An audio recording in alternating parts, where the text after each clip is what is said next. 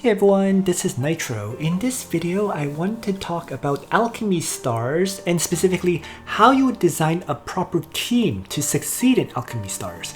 Because for me, my account is 2 weeks old now and I've been able to do all the missions in the beginner's quests. Specifically, the most difficult one is one where you have to clear level 15 in every Spire, and Spire is the endgame content. I was able to do this by having a properly designed team, each of the 4 elements. So let's go into how the team should look. In essence, each team is simple. Ideally, you would have 2 converters, a teleporter, a healer, and then 1 or 2 damage dealers, because some characters can function in 2 different roles. In order to clear the level 15 of every fight, I had to be very efficient with my party design. So my primary party, very clearly Forest, and I was able to get all the way to level 41 on it, and it consisted of a lot of second ascension level 50 characters, so they were pretty high level, and that's why I was able to get this far. But for the other 3, I was using the bare minimum. And so let's go over those parties one by one.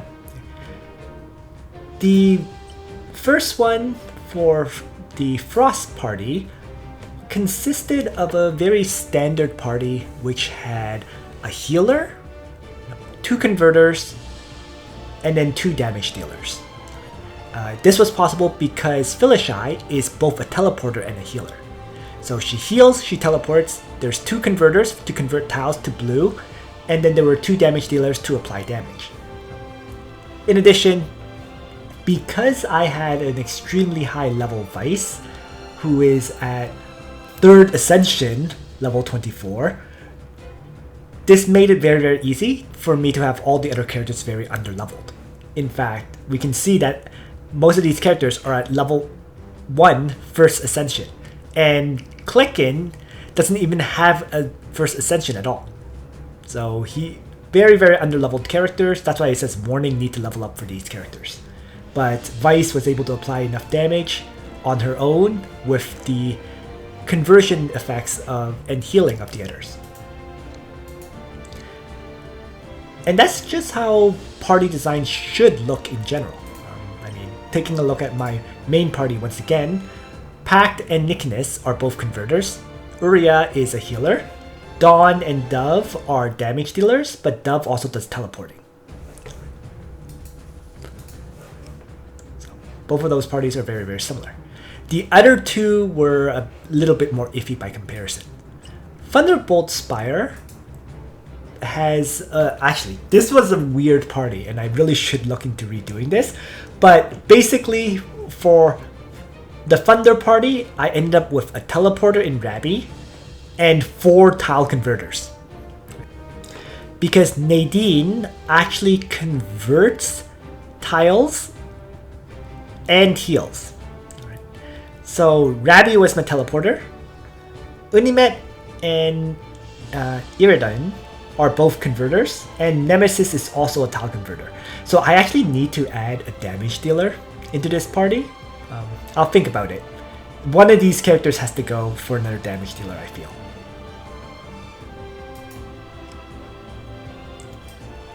And the final one, Molten Spire, I actually wish I recorded my clears of this, like both the number 13 and the number 15, because they were very difficult for me.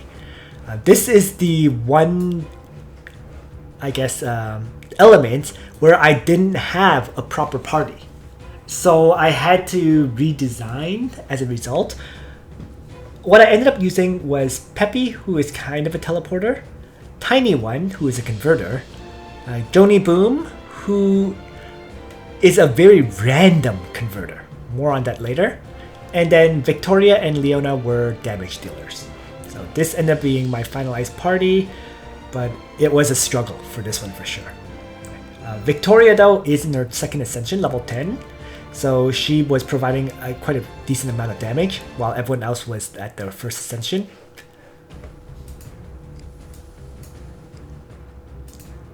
Right.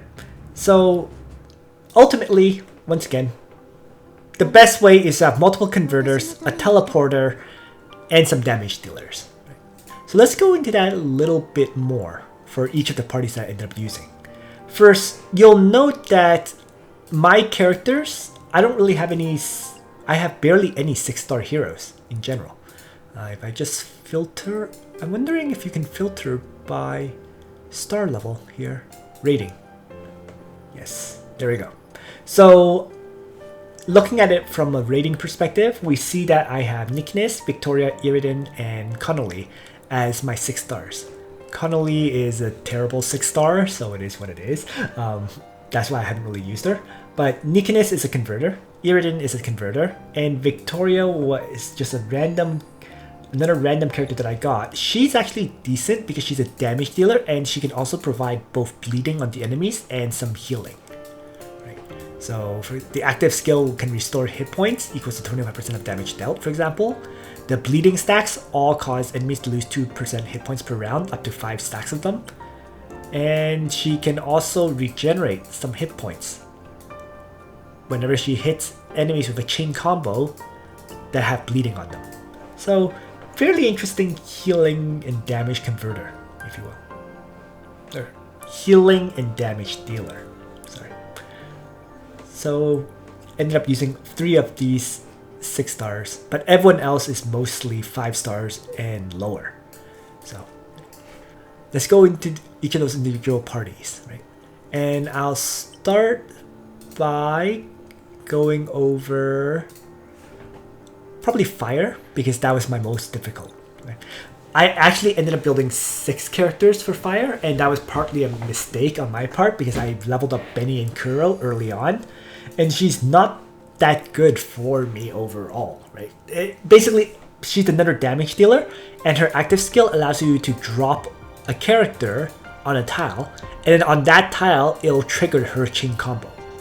So if you clear, let's say, if you step on 4 tiles, it'll trigger this 140% damage to one surrounding cluster chain combo and so on. I actually ended up using her because she could unlock tiles, the boulder tiles. Okay? So I used her up for level 13. I needed a way to unlock boulder tiles, and so she ended up being used on the floor of 13. Okay?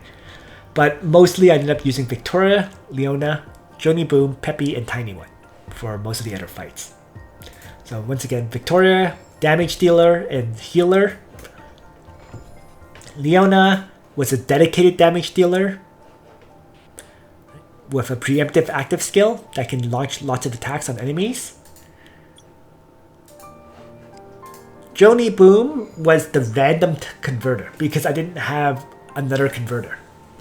So her skill will randomly convert all tiles within the 2 surrounding clusters into new tiles, completely random. So you hope that lots of tiles turn into red tiles, but there's no guarantee.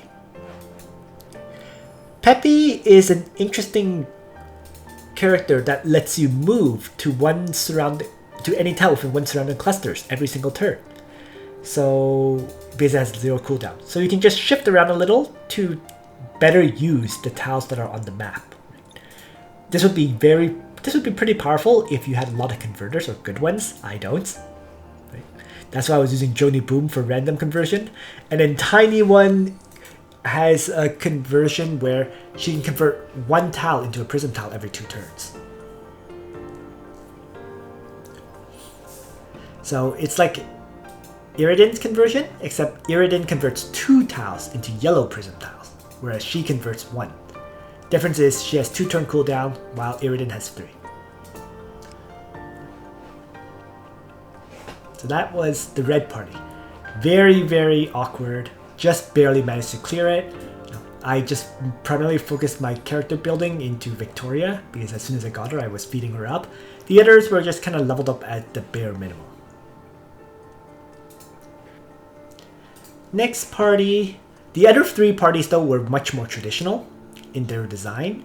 They all pretty much used the 2 converter and damage dealer format, right? So once again, Vice as my main damage dealer that was leveled up extremely high. Phyllishy is a great healer that also has a teleporting active skill. So she heals normally, and she can be a teleporter, which is amazing. She's like a hybrid.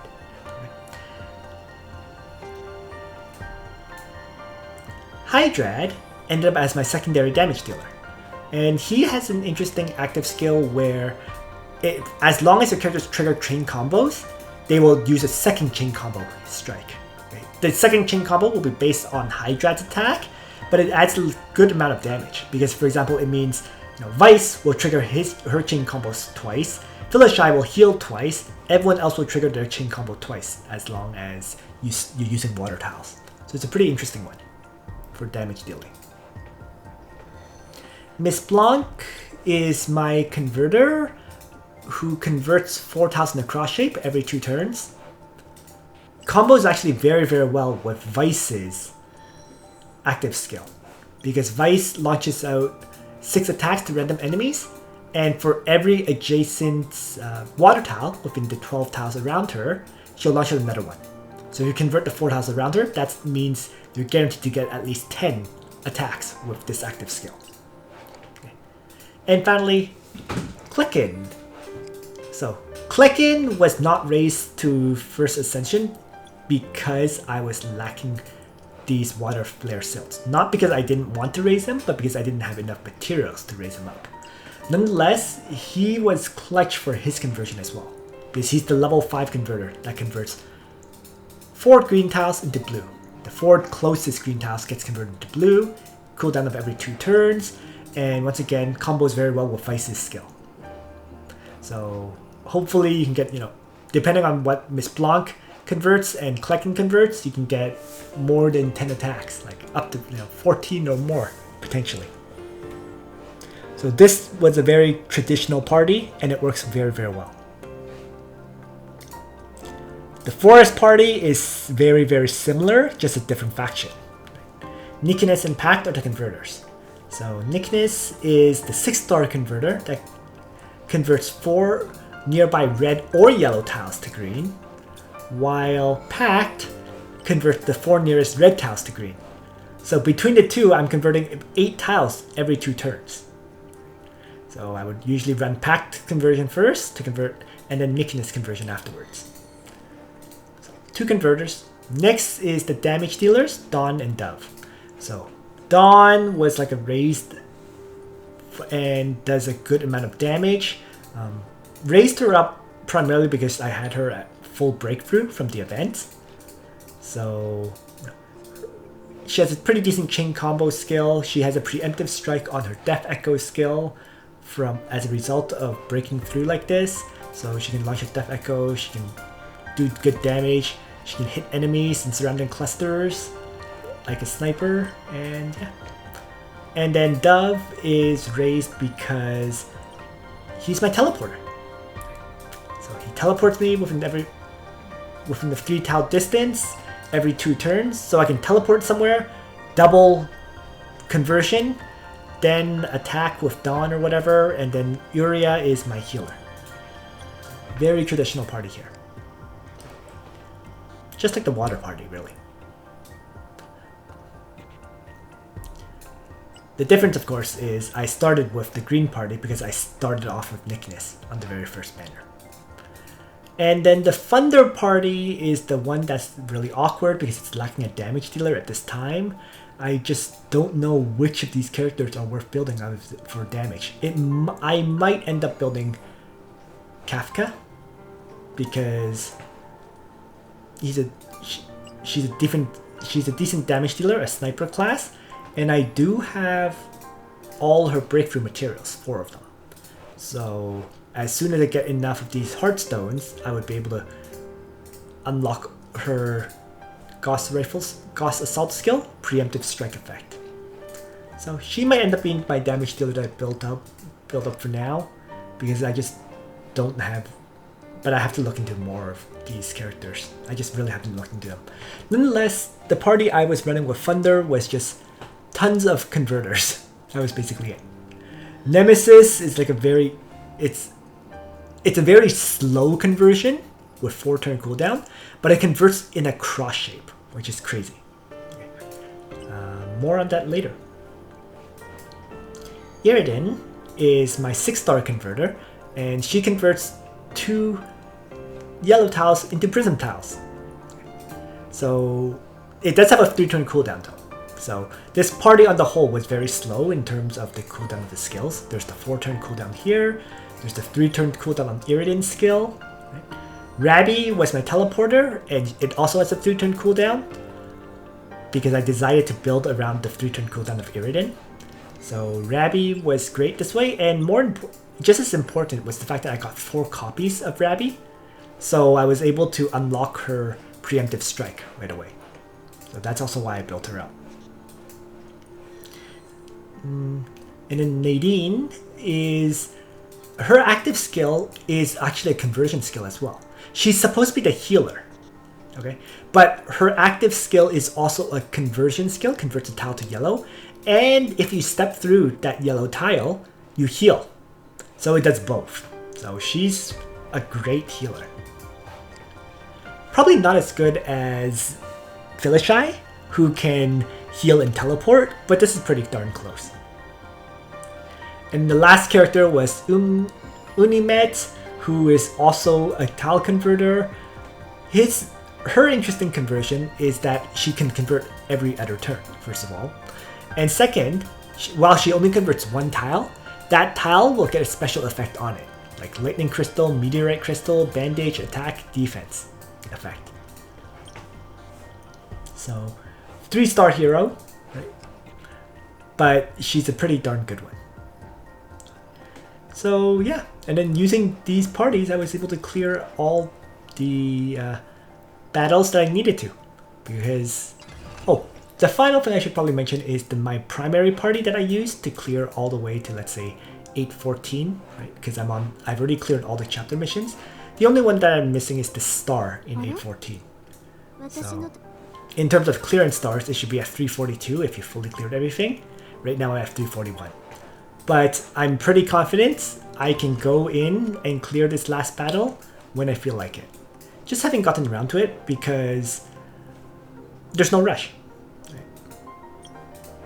But I definitely plan on finishing that off. I'll just wait until, let's say, my Vice is fully leveled to make it even easier. There's no rush for me to clear it. I can raise Vice up all the way to level 80. She's only at level 24 right now, so tons of time to farm her up. But the point is, I was able to clear all the way to 815 before Vice was at her 3rd Ascension, in fact. Because I only got the 3rd Ascension from the event Eye of the Storm. Eye of the Storm event, the highway store had a lot of trading for items, and these items were the order box level 3. So by trading for them, I was able to get a lot of materials. The blue materials like this. So if I, for example, use one, it gives you can choose to any of the blue materials. And you get like 80 of these boxes or something crazy like that. So with all of these boxes, I was able to go into the Colossus and then convert the blue materials into purple materials to properly ascend my characters. So the workshop, by smelting, you could make purple items such as water crystal clusters or water potion 3s out of the level 2 materials. And the level 2 materials were what those boxes gave. So by steadily converting and so on, I was able to get my first 3rd Ascension character. Alright, so that's what I want to explain about party design. One final point I should mention is all of these parties, I use a lot of 3 stars and 4 stars. Right? It's not like they're all 6-star heroes. So this is a game where you can use the lower star heroes. The only drawback of using the lower star heroes is actually there are several. First of all, the 3-star heroes are capped at 2nd Ascension. So while they're very, very strong early on, they do weaken over time. Right? As I imagine, as they add more and more content, the second ascension characters, the 3-star ones that are stuck at second ascension, will become obsolete. Because being capped at second ascension level 50, as opposed to reaching third ascension level 80, is a huge difference in stats. We look at Dove, she's capped at 1942 attack. We look at Vice, she's at 2614 attack, and she can continue to level up. And then similarly, Nickness and so on, they're not damage dealers. So they have 300 less attack compared to Dove, but I can raise her to third ascension and keep leveling up. So eventually even Nickness is going to surpass Dove in attack. Secondly, third ascension for 5-star and above heroes will unlock 2 elements for these heroes. So for example, if I click on Nickness's ascension, she will be part of forest and water. So Pact becomes forest and fire. Dawn becomes forest and lightning. And Uriah, being a 4-star hero, is only forest. So being part of 2 factions basically means that, 2 elements, basically means that if you have them step on those other elements, they will also do their chain combos, which is definitely useful. So in the long term, you're going to want to use 5 stars and 6-star heroes, but in the short term, using these 3 and 4 stars is definitely useful, without doubt.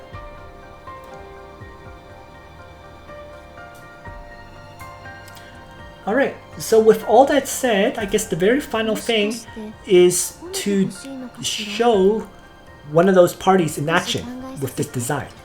And I'm going to demonstrate it with one of my past Spire battles, the level 13 Spire battle, because those are actually one of the most difficult ones, although they're actually quite gimmicky. So now let's go through my video recording of when I played through 13F. So this battle has the enemies with an extreme amount of hit points, so it is actually fairly difficult. It's the battle that you're likely to get stuck on, but this is the way that I beat it, with this party of 4 converters and a teleporter.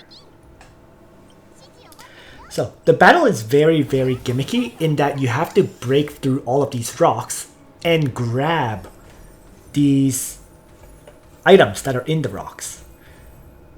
So for example, I was just figuring out how to maneuver properly here in terms of unlocking all of these rock locations while grabbing them as well.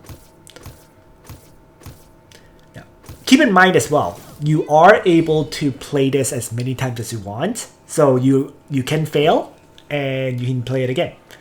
So my first action then was to unlock 3 of them with a teleport, and then after that get enough actions, get 15 of them to move again. So, unfortunately, my captain was not a character who can actually destroy rocks, so I made a mistake there, but nonetheless, clearing 3 of them was okay. And now my second action was to unlock some more of these rocks to grab their special effects, because it's grabbing these items that allows you to get a lot of damage into the enemies. In fact, this whole battle is based on you unlocking all 8 of the rock locations and grabbing them. If you can't do it, you're going to struggle a lot.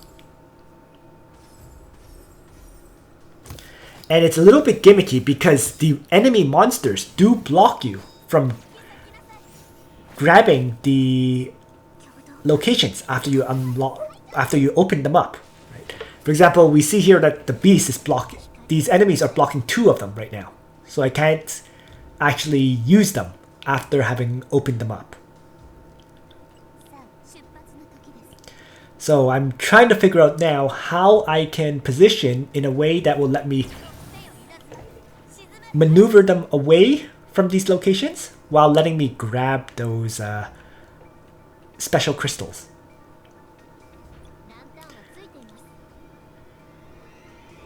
So here I have to take advantage of the unique ability of my 6-star hero. and that's those prism tiles. So I was carefully planning this out in terms of how to position and maneuver in a way where I can get those prism tiles to give me the rewards. So, and of course I have to make use of all of these conversion tiles, right? Make use of the active skills when they're available. So by doing this, you can see it unlocks the next two. Look, that's what the prism tiles does. It unlocks the next two in a row from where you step onto it. So, and since I was stepping on yellow tiles, it triggers the chain combo skill of all my characters. So I was able to get a decent amount of damage into the enemy. And by not letting them move like this, I freed up a path where I could step on blue tiles now to grab those other two locations in the north. Or, yeah, in the north side. The left side of the map.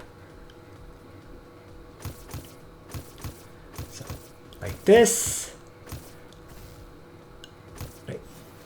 With all of those tiles applying a lot of damage, I was able to destroy the summoning portal and dramatically weaken most of these enemies.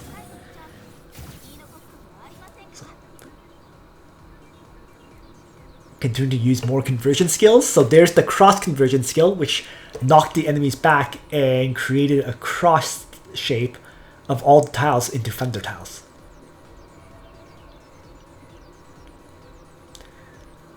So I'm trying to save all of these thunder tiles for the second wave, because I know that for the second wave I am going to not have very many rounds left.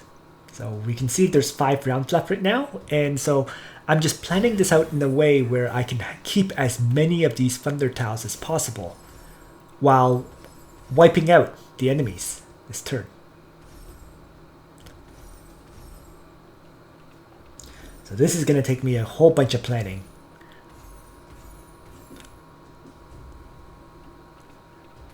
It's figure out how to apply enough damage to kill off all of these characters, these enemies, while, if possible, saving as many of these tiles as I can. So, triggering the other prism tile to spawn more tiles that I can step on.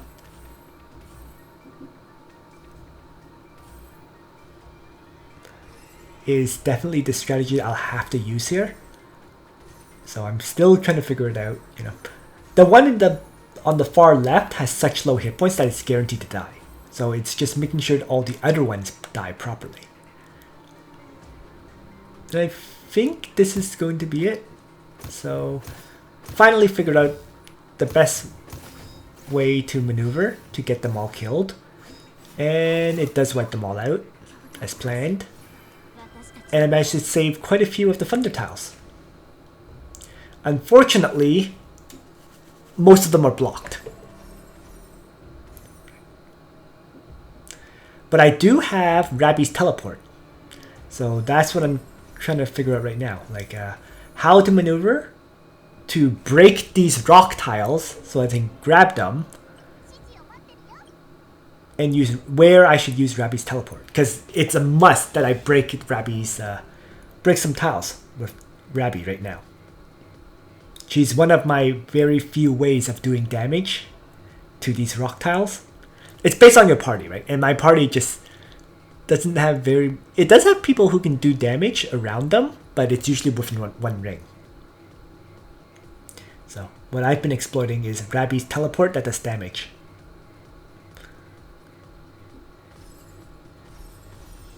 And it was kind of planning out, do I teleport first or do I clear north here first?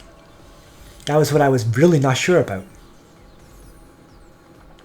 Because if I clear the north, I can destroy 2 tiles. These 2 rock tiles in the north. But Rabbi's skill does have a cooldown. So ultimately I decided to use Rabbi's skill. And then that way I can right away grab those 2 special tiles, applying some damage. Now, I am kind of stuck in the middle of all these enemies, but it did... right now, this turn, I have the lantern to use, which will convert. And I also have the prism tiles as well from Iridan. So, Iridan, conversion of 2 tiles like this, creates a path for me to move back north. So I'm just going to take it, make use of it, and chain combo 15 movement. So that I can destroy as many of these prism tiles as I possibly can. And act again, just as importantly. So this gives me the 15 movement that lets you act again. And I also apply a decent amount of damage to the enemies and break a lot of them due to Iridan. So Aurora time.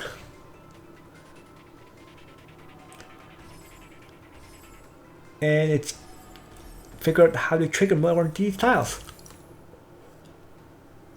And taking this path triggers all of them except for one. So this is where saving those thunder tiles from the first wave really kicked in. So 4 turns left, 1 enemy mob now. But the enemy mob blocked that prism tile. Alright, so for now, I'm going to convert a tile and grab the other prism tile to do some damage with it.